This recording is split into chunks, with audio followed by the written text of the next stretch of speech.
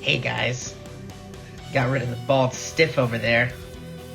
I'll be your new host from now on.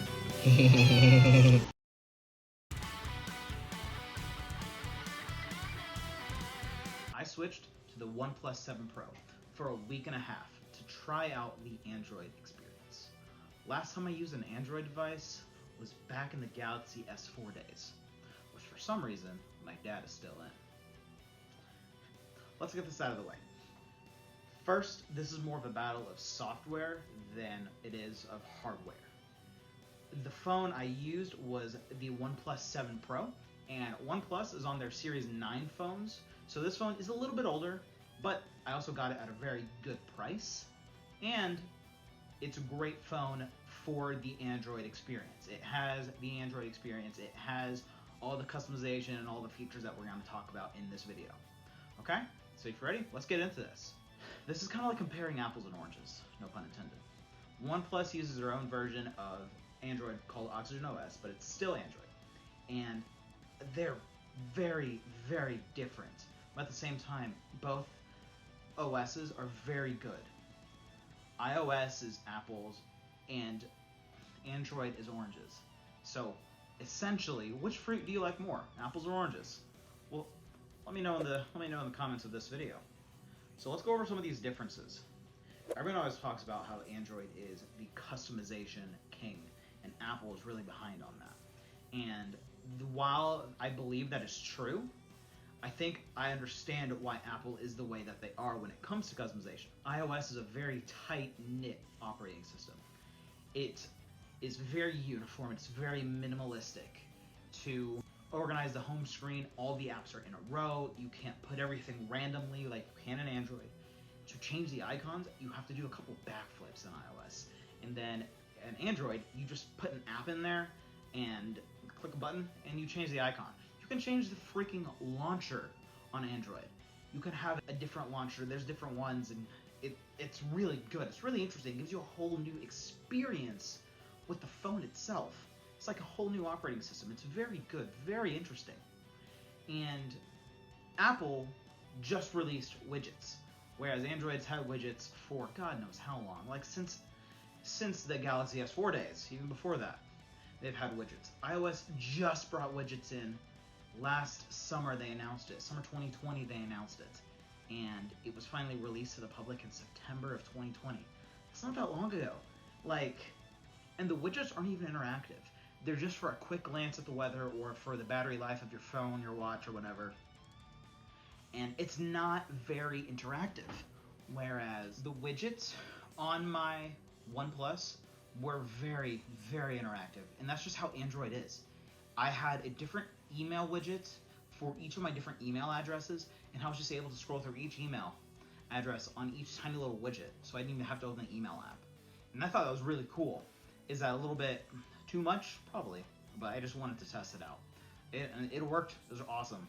And like I said, on iOS, you can't interact with the widgets. Once you click on the widget, it opens the app itself. So iOS has a different approach to widgets, but hopefully they'll improve it as they release different updates, such as iOS 15 being announced this summer and then probably being released in September with the new iPhones like they normally do.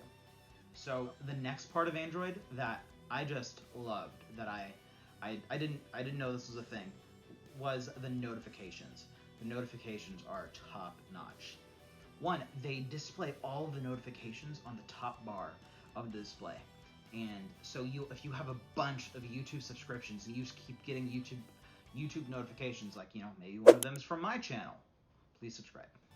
That was funny, right? You have just a bunch of tiny little YouTube symbols up top, on top of your screen. Same thing with email. If you have you get a bunch of emails and you have notifications turned on for emails, you'll have a bunch of little email symbols or Gmail symbols or whatever at the top of your screen.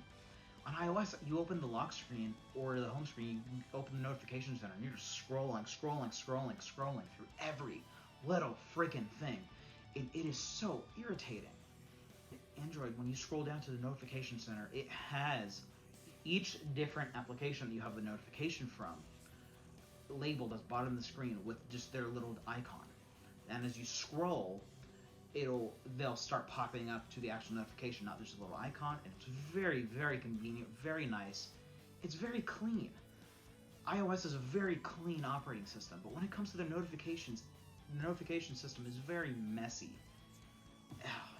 I don't like it. A lot of people don't like it. Hopefully they change that in iOS 15, and I'm assuming they do. If they don't, I think people are going to riot. Along with that is an always-on display. My OnePlus doesn't have that even, but it has the technology in the phone that has the hardware to do that, but it's been enabled in the software. iPhones don't have that technology in general, but they will probably in this new iPhone coming in 2021, probably September, so in about 4 months or so. So that's not bad. I'm excited for that.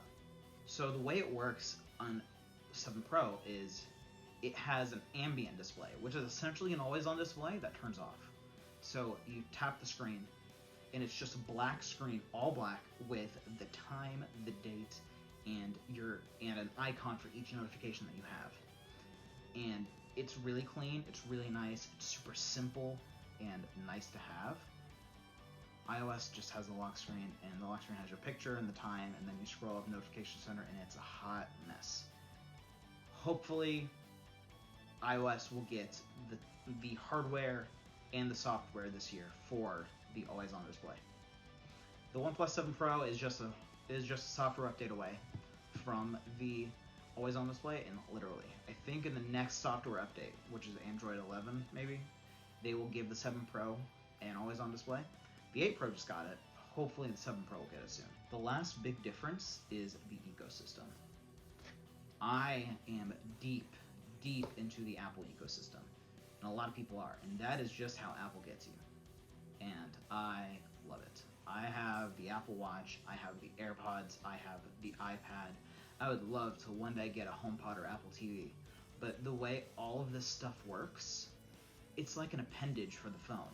These things don't work without the phone, but the phone is enhanced so much by these things, by the presence of these things.